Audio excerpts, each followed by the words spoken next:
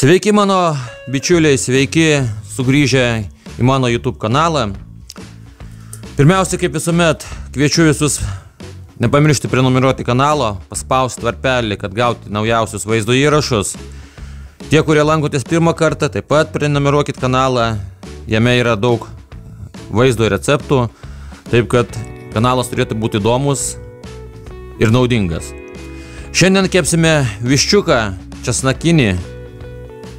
Nežinau, receptas labai paprastas. Dažnai mes tą darom, kepam ir tikrai šeimyna mano mėgsta šitą viščiuką. Viščiukas maždaug, dabar pamiršau, apie 1,5 kilogramo svorio, man atrodo. Sutvarkysim, nupjausim nereikalingas odos gabaliukus, mėsos gabaliukus.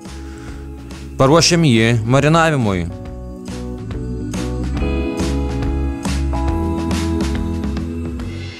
Tiesiog stebėkite, viską pamatysite ekrane. Viščiuką jau sutvarkėme, dabar reikia nusausinti, mum papildoma drėgmė visiškai nereikalinga.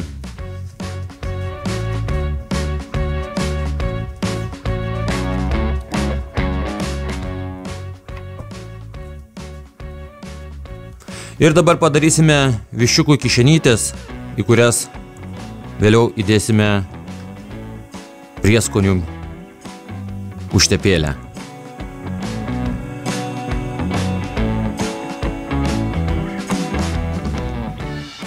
Šį receptą rekomenduoju taip pat tie, kurie tik tai pradedat gaminti grilyje. Receptas labai paprastas. Jokių sudėtingų veiksmų ir šokių su kardais čia nebus. Taip kad tie, kurie ką tik pradedat gaminti, rekomenduoju šį receptą. Ir būtinai išmėginkit jį ir komentaruose parašykit, kaipgi jums sekėsi kepti viščiuką česnakinį. Tarp kitko mes dar kepsime ir bulvytės. Na, aišku, visą tai jūs pamatysite netrukus.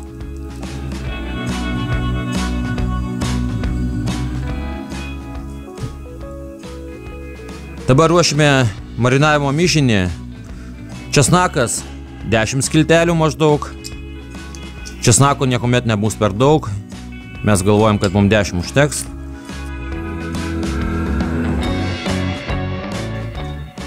Jeigu viščiukas būtų didesnis, tikrai česnako įdėtume daugiau. Aš tai labai mėgstu česnaką ir jisai kepa labai skanų kvapą skleidžia.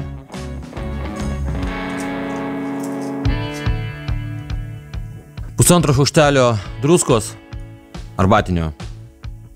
Pusę arbatinio šaukštelio aitriosios paprikos, arbatinis šaukštelis čiobrelių ir 2 arbatiniai šaukšteliai maltos paprikos. Na ir viską gerai išmaišome.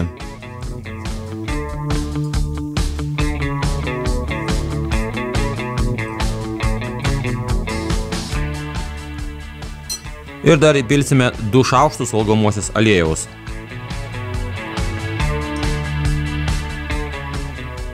Išmaišome. Na, mišinys neturi būti labai skystas. Aliejaus mažoka, tai dar šaukštelį aliejaus.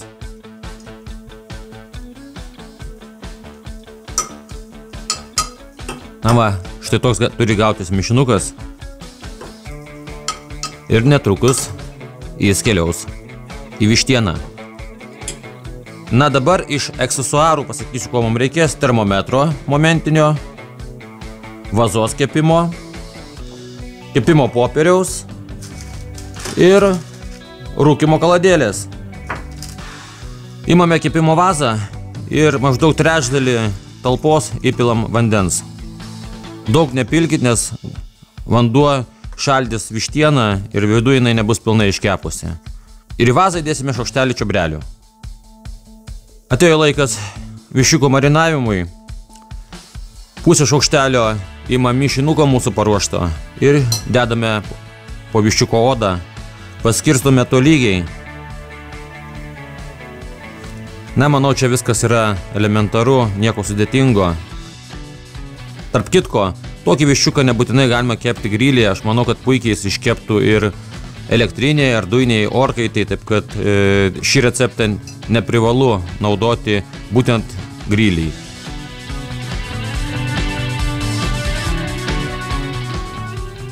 Dažnai klausia žmonės, o kokioj temperatūrai kepti viščiuką? Kiek laiko kepti viščiuką?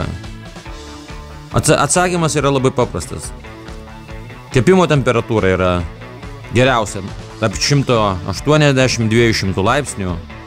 Viščiuko kepimo laikas būna individualus, priklauso nuo viščiuko dydžio. Vidinė temperatūra mėsos tai ir turėtų būti 80-82-3 laipsniai. Galima truputėlį daugiau, bet būkite atidus, kad viščiukas nesigautų labai sausas.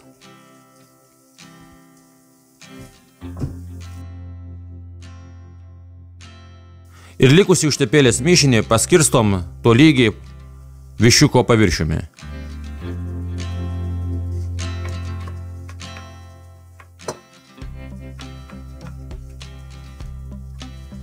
Kas dar nežinote, mano jau kanale yra vienas viščiukas keptas, tai nuorodą paliksiu arba komentaruose, arba prie vaizdo įrašo aprašymo.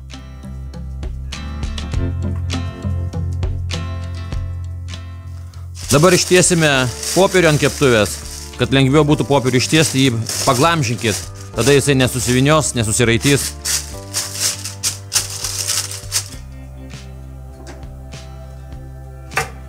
Vaza su vandeniu ir čiobreliais. Na dabar pasodinsime viščiuką, kojytės turi remtis į keptuvės dugną.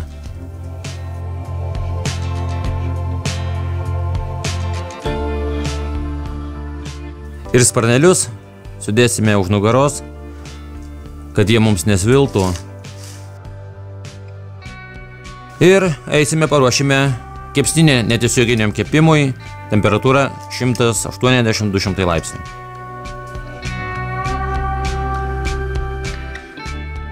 Į grilių dedame rūkymo kaladėlę, tuomet deflektorius,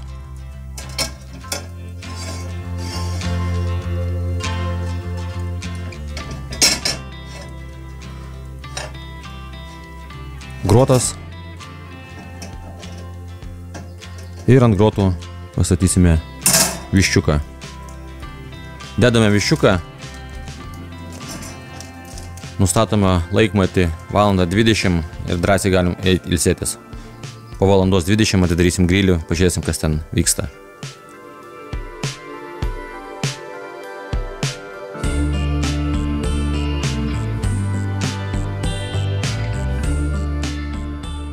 O, stulbinantis kvapas, viščiukas kepa, kepsime šalia ir bulvytės.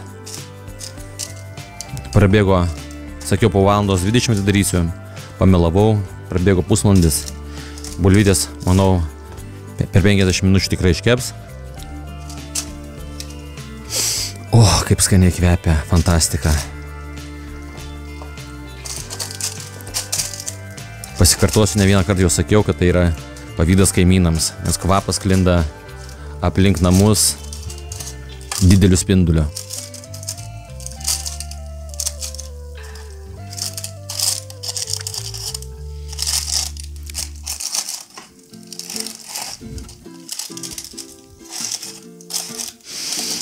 Ai, kvepia. Jau seilės renkasi burnoj.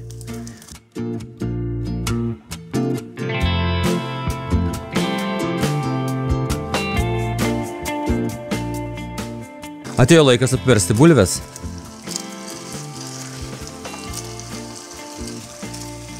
Oi, koks kvapas. Kaip čia viskas skaniai atrodo, gardžiai.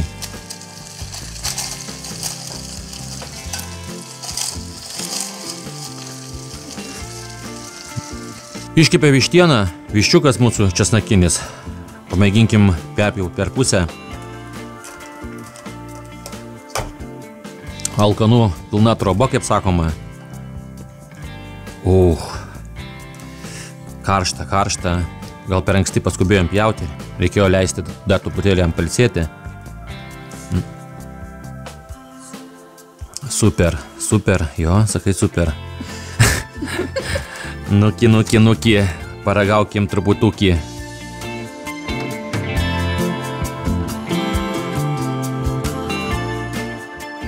Balta, sultinga vištiena.